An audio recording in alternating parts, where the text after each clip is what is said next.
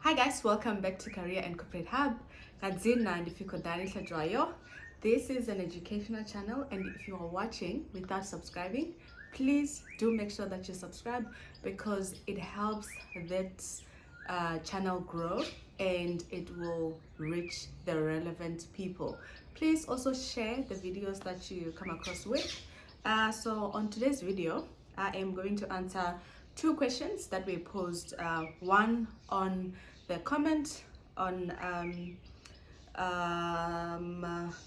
YouTube, and then another one, it was a direct message. So I am getting a lot of direct messages, more especially on LinkedIn. I will get to all of them. So I have answered few. If I haven't answered your one, please be patient. I will answer it. So this one says, good morning, Kodani. I hope you are well. I did medical assessments and signed a consent form for background checks, which company X on 3 October 2023, right? Or yeah. After how long would you recommend I do follow up on the status of recruitment? So usually during your recruitment process, I'm not an HR practitioner. I'm speaking from my experience. So usually after your recruitment process, you do your this is mostly for successful candidates, and sometimes some HR or some companies, they prefer for you to do medical checks and also do the MIE checks. I'm not sure what MIE stands for. I'll check for you and just put it in the what it stands for. But that's like the security background check, right? So you sometimes you do it before the interview. So that means all candidates are gonna do it, so that maybe like during the interview they want to do the MIE checks in parallel, and if you then get successful, they won't have to start that process after all the interviews are done. Then they can just get the successful candidate with the results in already. So sometimes it happens when the position is has to be filled in immediately. Sometimes, I mean, in this case, not in this case actually. So another scenario, you would usually do your MIA checks and medical checks when you are a potential candidate, right? So usually I remember when I was called for my MIE checks, security check, I was so happy because I thought, oh wow, I got the job. But that was before I even informed, because before they informed you that you are successful in the for the position, they want to first do your background check, right? So I was excited because it was after my interview. But in this case, now we are sitting in 17 November and the interview was done on the 3rd of October. So it's been a month since they have not contacted you. So that's quite a while, because I'm not sure how many candidates they were interviewing, and also what type of a job where you interviewed for. Maybe those are the questions that I should have asked in the yes, maybe those are the questions that I should have asked, because usually if you are, this is for a position, it shouldn't take them almost 2 months to respond to your, to give you feedback whether you've gotten the job or not. But if it's for a graduate program, yes, sometimes it can take 2 months, it can take 3 months. However, at this stage you should have followed up already to know whether your application was successful or not successful. So it's advisable that after 2 weeks of doing your interview, you should follow up. I don't think interviews can take a whole month for an entry level position or a junior level position. But for graduate program, they usually take a while because it's a lot of screening, a lot of candidates apply. So to anonymous. I don't want to mention the name of where this message is coming from. So if this is you, please go back to my LinkedIn DM and let me know whether this position was for graduate or junior level position. Then we can unpack it on that level, or you can refer to this video. So if it for a junior level position, it's already late. I think maybe they could have, they've had like a candidate, and sometimes they do MIE, like background checks on two people who could be the potential candidate, because the successful candidates then would be informed first, and then if they decline, then they can contact you. So like now, maybe they could be discussing the contract with the potential candidate, and maybe the potential candidate has not accepted yet, because when we were chatting, you said you believe that you're gonna get the position. But it's quite important that you follow up so that you know where you stand, whether successful or not successful, right? And then I'm gonna move on to the next comment or question rather. So the next comment or question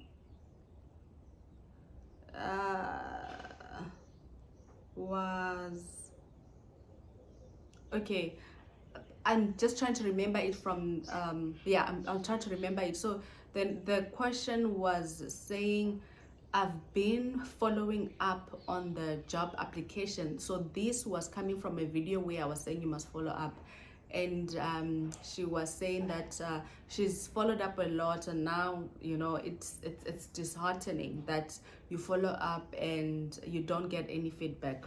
So firstly, the email that you're following up on, is it like info HR at or something, or does it have a specific name of a person to contact? So if it has like just a general email, it's not, it's high likely that they won't respond to you, because that email is not going to, yes, it is going to a specific person, but that person does not really see it as their responsibility to sort of like get back to everyone. They don't make it like personal in a way. But if that name has a name, usually when you are sending somebody an email and write their name, they are high likely to respond, because it's like so personal as well, even though recruitment should not be personal. But that's how I look at it. And following up as well, you need to build a storyline for any email, any type of email. So when you're following up, firstly, hi, I did an interview on this date. I would like to follow up let's start with application. Hi, I applied on this date. I would like to follow up if my application was received, right? And then you write that I would like to work for your company. I've been applying with no response, if that's the case, right? And then if nobody responds, then the second email should be, hi, I would like to follow up on my previous email. Maybe you can even put it on attachment so that the person that's reading it can also see your previous email, right? And then maybe your follow-up could be, I would like to find out if I would like to follow up if there is any feedback from like maybe what you said on the previous email. And then the reason can also be, I would like to know where I can improve next time if my application was not successful. So this can be when you just applied and nobody has responded. Yes. So when you write an email, you need to write a story. Don't just write an email that, hi, I'm just following up, please get back to me. It shouldn't be that. It should be a story that is you know, where the person that's reading is able to connect through your email. Yes, you're not supposed to connect, it's business, you know, but we all people with emotions. So it's quite important that you make that, you write that storyline, so that a follow-up of that email is also a storyline.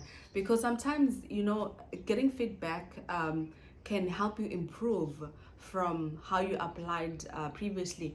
And some companies are taking out positions, they're advertising positions frequently. So now for you to follow up, you want to know from the previous application, what can you do to improve it for your CV to stand out, for your application to stand out. Yeah, I hope this answers your question.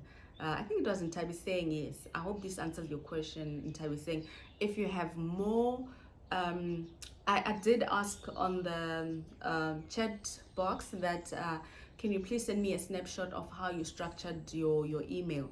So I wanted to help you with context, so that you could structure your email in a more storytelling way, because that is more catchy. Like when an HR practitioner is saying that email, would want to respond, and you are showing that you are really interested in working for the company, and you want to improve from, you know, like why your application was not successful. I hope this video was helpful. If you have anything to add on this, you know, the two topics, please do leave your comment in the chat box. And yeah, so thank you so much for watching. Bye bye.